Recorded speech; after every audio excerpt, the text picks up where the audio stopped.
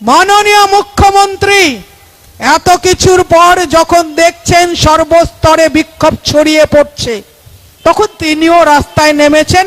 মুখ্যমন্ত্রী মমতা ব্যানার্জির কাছে উনি আবেদন জানিয়েছেন স্বাস্থ্যমন্ত্রী মমতা বন্দ্যোপাধ্যায় যাতে গৃহমন্ত্রী মমতা বন্দ্যোপাধ্যায় সঠিক বিচার দেন। সেই দাবিতে মমতা বন্দ্যোপাধ্যায় লোকজনকে পশ্চিমবাংলার 10 কোটি মানুষ, 10 কোটি বাঙালি এবং পশ্চিমবাংলার বাইরে যারা বাঙালি আছে, ভারতীয় আছে, তাদের সবাইকে উল্লুক মনে করেন, মূর্খ গবেট মনে করেন। সেই জন্য তিনি স্বাস্থ্যমন্ত্রী হয়ে মুখ্যমন্ত্রীর কাছে বিচারের দাবিতে নেমেছিলেন। ভালো কথা, আপনার নাটক দেখতে দেখতে আমরা অভ্যস্ত। আমরা আপনার এই নাটকটাও একটু সহ্য করে নিলাম, হজম করে নিলাম। কিন্তু মাননীয়, একটা প্রশ্নের উত্তর দিন। আপনি যদি সত্যিকারেই বিচার চান, আপনার চেলা চামুন্ডারা রাস্তার মোড়ে মোড়ে ধর্ষকের বিচার চাই, ধর্ষকের ফাঁসি চাই, দোষীদের ফাঁসি চাই বলে ফ্লেক্স টাঙিয়ে দিয়েছে। সৌজন্যে অমুক তৃণমূল কমিটি, সৌজন্যে অমুক বোর্ডের চেয়ারম্যান, এইসব লিখে রেখে দিয়েছে। মাননীয় মুখ্যমন্ত্রী, আপনি যদি দোষীদের বিচার চান, এই প্রশ্নের উত্তর দিন। আপনি কপিল সিব্বলকে এতগুলো টাকা দিয়ে আরো 24 জন বরিষ্ঠ সুপ্রিম কোর্টের উকিলকে কেন নিযুক্ত করেছেন এই দোষীদের পক্ষে দাঁড়াবার জন্য? এই প্রশ্নটার উত্তর দেবেন। মাননীয় মুখ্যমন্ত্রী, আপনি এই তিলোত্তমা, যাকে বাবা মা সেলাই করে, টেলারিং এর কাজ করে, অনেক আশা নিয়ে, অনেক স্বপ্ন নিয়ে ডাক্তার বানিয়েছিল, এবং যে মেয়েটির নভেম্বরে বিয়ে হওয়ার কথা ছিল, সেই ডাক্তার মেয়েটির এত বড় সর্বনাশ হয়ে যাওয়ার পর তার বাবা মার জন্য আপনি 10 লাখ টাকা ধার্য করেছেন, এবং হেসে হেসে বলছেন 10 লাখ টাকা তো আমরা দিতেই পারি, তাই কি না? 10 লাখ টাকা তো আমরা দিতেই পারি। আপনি 10 লাখ টাকা ধার্য করেছেন, আর ওই মেয়েটির যাতে বিচার না পায় তার জন্য কপিল সিব্বলকে আপনি লাগিয়েছেন, যার প্রতি হিয়ারিং 20 লাখ টাকা। কার চোখে আঙুল দিয়ে, কার চোখে ঠুলি পরিয়ে রাখতে চাইছেন? মাননীয় মুখ্যমন্ত্রী, একবার জবাব দেবেন। এই বাঙালি সমাজের সামনে দাঁড়িয়ে আপনি কি চাইছেন? মানুষের সামনে নাটক, ফাঁসি চাই, আর আপনি ওই দোষীদের পক্ষে দামি উকিল দাঁড় করিয়েছেন। যদি ওই কপিল সিব্বল একটা কেসও আপনার টাকা নিয়ে গেছে, রাজ্যের জনগণের করের টাকা দু হাতে লুটে গেছে, একটা কেসও জিততে পারেনি, এই কেসও জিততে পারবে না।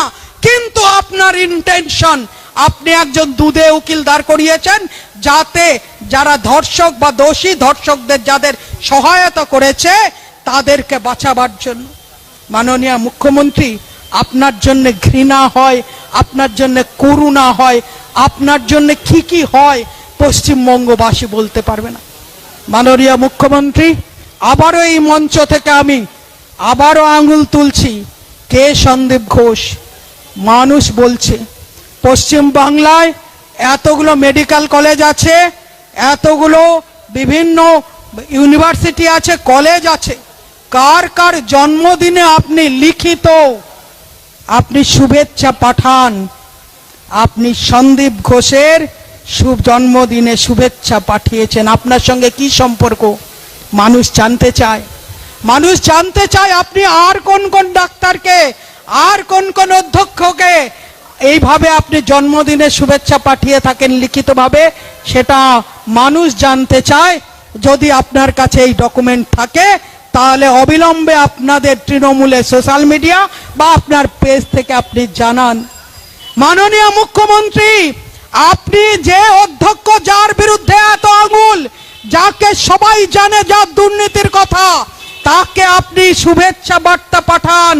এবং শুধু তাই নয়, আপনাদের এই পশ্চিম বাংলায়, এই পশ্চিম বাংলার বুকে তাকে স্বাস্থ্যরত্ন পুরস্কারে ভূষিত করা হয়, আর কাউকে হয়নি। কিন্তু এর কত দূর এর নেক্সাস আছে মানুষ জানতে চাইছে। যেখানে যখন আপনি পিজি হসপিটালে গেছিলেন তখন ডক্টর গড়াইকে ডেকে পাঠিয়েছিলেন, একজন স্বনামধন্য ডাক্তার ডক্টর গড়াই। তিনি বলেছিলেন তিনি একটা এমার্জেন্সি, খুব জরুরি অপারেশনে আছেন, যেই অপারেশনটা যদি ছেড়ে উনি আসেন তাহলে পেশেন্ট মারা যেতে পারে।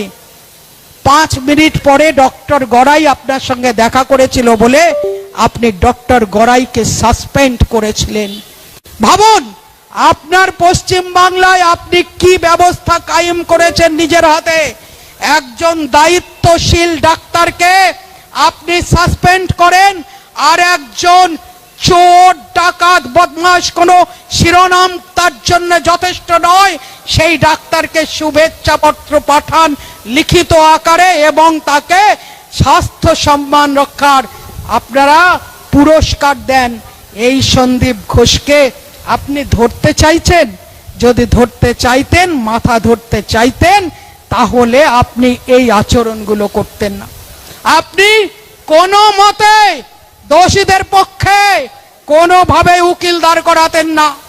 তারপরে কয়েকদিন যাবে, এভিডেন্স পাবে না, সব লোপাট করে দিয়েছেন।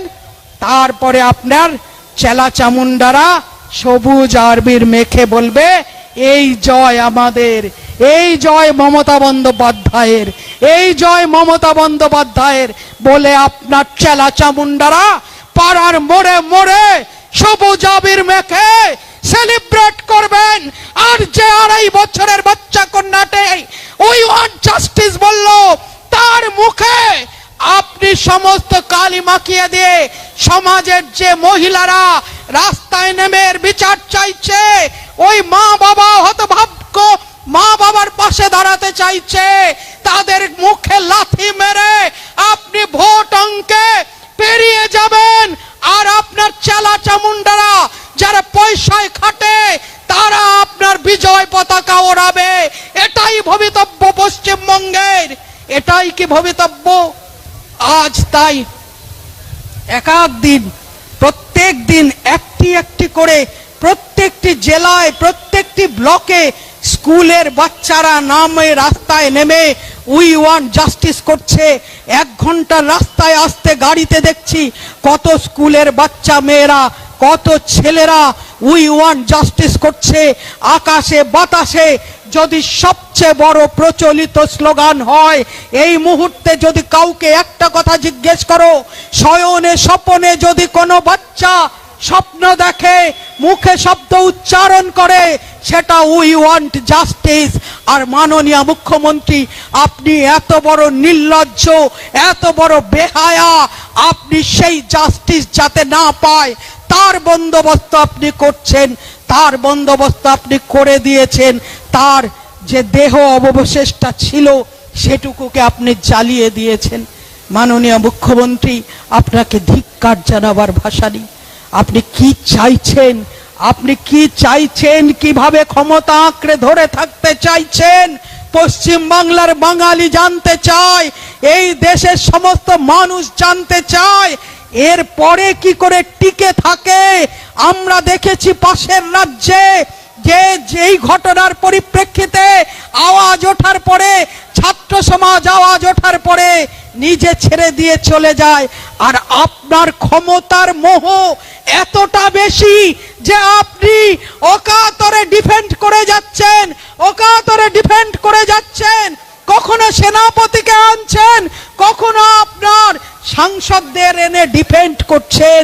এই ঘটনা, যে ঘটনায় প্রত্যেকটি মানুষ চঞ্চল হয়ে উঠেছে, যাদের দূর দূর পর্যন্ত কোনো রাজনীতির সঙ্গে যোগ নেই, যারা দূর দূর পর্যন্ত রাজনীতি নিয়ে মাথা ঘামায় না, কি আসে যায় কি হচ্ছে রুটি রোজগার করে যারা খায়, সেই রাখি পূর্ণিমার দিনে শ্যামবাজার মোড়ে এই এলাকাতেই দাঁড়িয়ে থেকে একজন ভাইয়ের হাতে রাখি বাঁধলাম।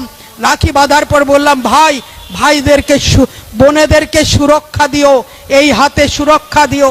ছেলেটি জমাদারের কাজ করে, সে বলল সুরক্ষা দেয়াই তো আমাদের কাজ, সমাজকে সুরক্ষা দেই, আমি জমাদারের কাজ করি। তো সেই ভাইটি তখন, ওই জমাদার ভাইটি তখন বলল, উই ওয়ান্ট জাস্টিস, আমরা বিচার চাই দিদি, আমরা বিচার চাই। এর বিচার হবে তো সমাজের প্রান্তিক থেকে প্রান্তিকতম মানুষ তারাও বিচার চায়। আর আপনি সেই বিচারকে কাটার জন্য, বাঁচার জন্য আপনি বিভিন্ন রকম ডিফেন্ড করে যাচ্ছেন। ধিক্কার জানাই আপনাকে।